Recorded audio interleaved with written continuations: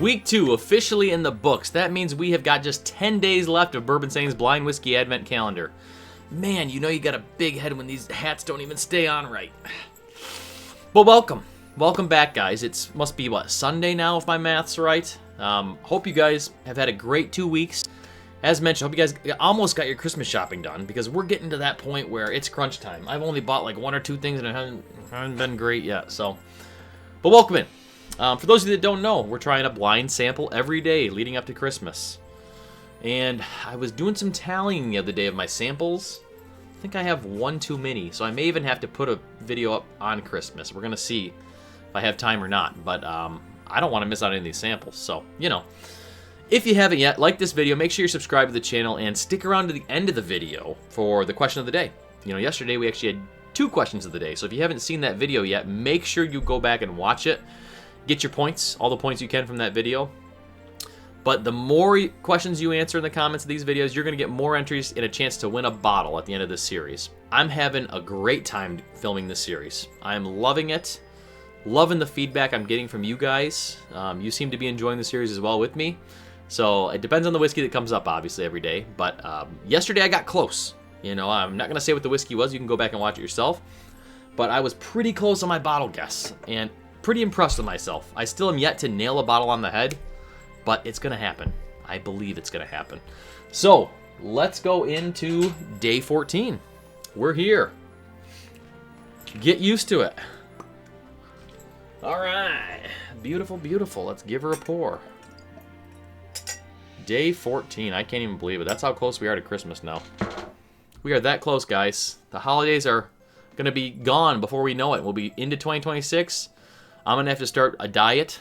So after every day of drinking for 24 days, I'm going to have to take maybe a dry January or something. So we'll see. But nice color in here on this.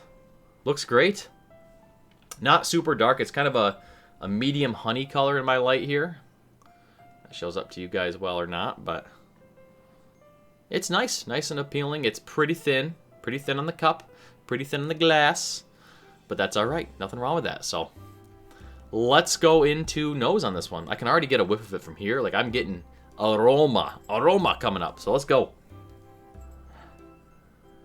Oh, wow. This is all fresh fruit. Fresh fruit for days. This is like a pear cup, peach cup. You know, like you used to eat in your lunches, or now I give my kids in their lunches.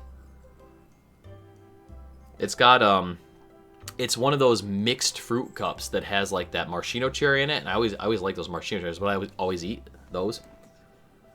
It's that one, and then you drink that juice afterwards. It's that. This is the juice. Expensive fruit cup, but nonetheless, same. Lots and lots and lots of sweetness in this, man. This is sweet, sweet, sweet. A lot of apple, a lot of pear. A lot of peach, and again, it's like a cooked down sugary peach, cooked down sugary pear, you know? It's not as much a fresh. I mean, the apple's kind of fresh, but if anything, it's going to be like a caramel-coated apple on this one, you know? A green caramel-coated apple. Yep, that's nice. Very, very inviting whiskey, very, very nice.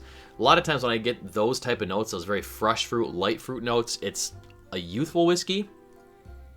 But when that's the case, there's a lot of astringency usually, a lot of alcohol burn. None of that's happening here. This is just all almost like a deep, rich, fresh fruit, if that makes any sense at all. Probably not, but in my head it makes sense. In my head it makes perfect sense. Nice. It's got nice oak too, so let's go to the palate here. Cheers, guys. Happy day 14.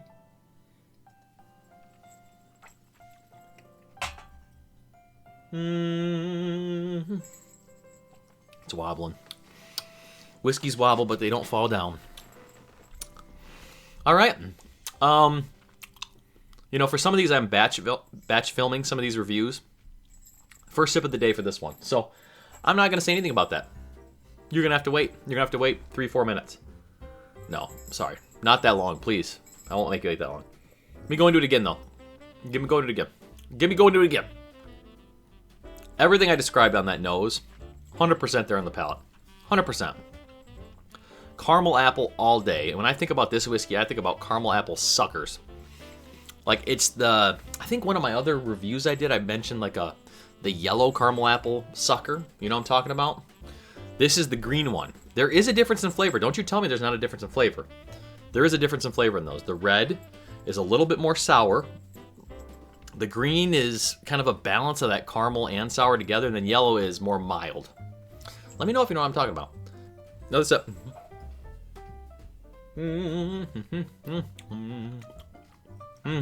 I mean, it's not overwhelming in the palate. There is maybe slight astringency on there. The more I'm tasting on the nose, I got no alcohol burn at all. None.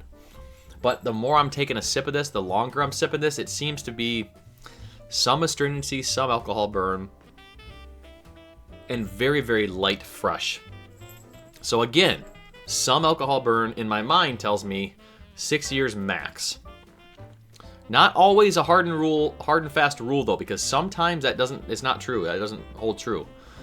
I would say majority of times though, when I'm trying things blind and I'm drinking like this and I'm testing my palate and learning, it's gonna be more youthful if it's given those notes off at that age. It's got great sweetness up front.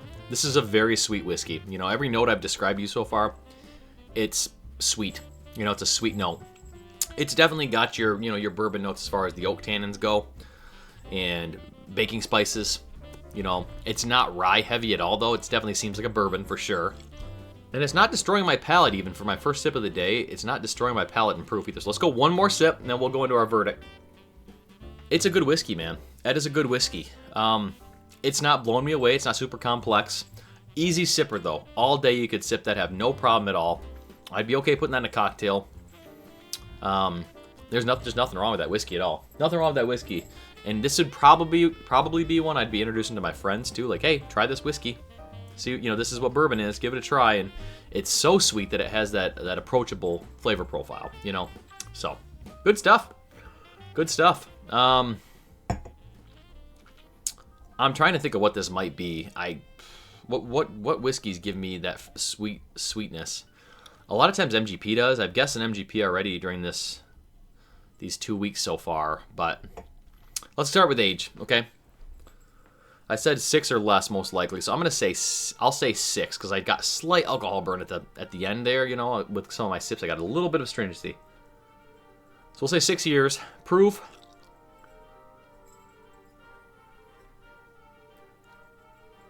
I don't know. 101 proof. I'll say 101 proof. Not that I think this is Wild Turkey 101, even though it is sweet like some of the Wild Turkey 101s I've had. Is it? Could it be Wild Turkey 101? No, I don't think so. I'm not getting that cinnamon cherry. Distillery.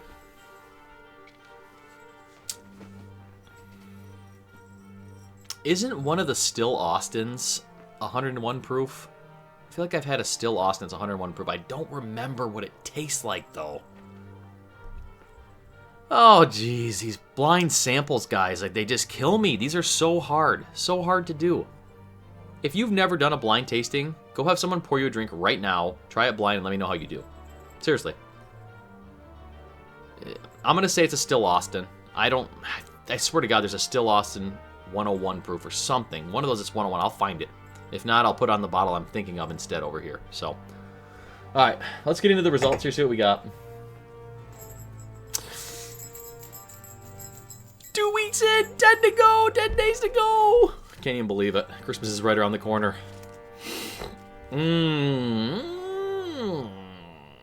Yeah, okay. I'm just an idiot, so. Yep, E.H. Taylor small batch. Let me go grab the bottle. All right, so once again, I don't know where my open bottle is on this, but this is the small batch here. I've got an open bottle and I've got this one. I thought I even had another backup somewhere, which I might, but always solid, honestly. I mean, these Buffalo Trace Colonel Taylors, distribution be damned, they're always solid. They're always solid. They're always good flavor profile. Got a little bit of youthfulness, and this is only bottled in bond, so it's possible it could be 4 years, but they say typically 6 to 8 years is what I've heard in the past. So who knows for sure? You know, who knows for sure? But I'm going to say 6 was pretty close on the guess. 101, I was definitely wrong in Distillery. I said 101, this is 100. Close on that.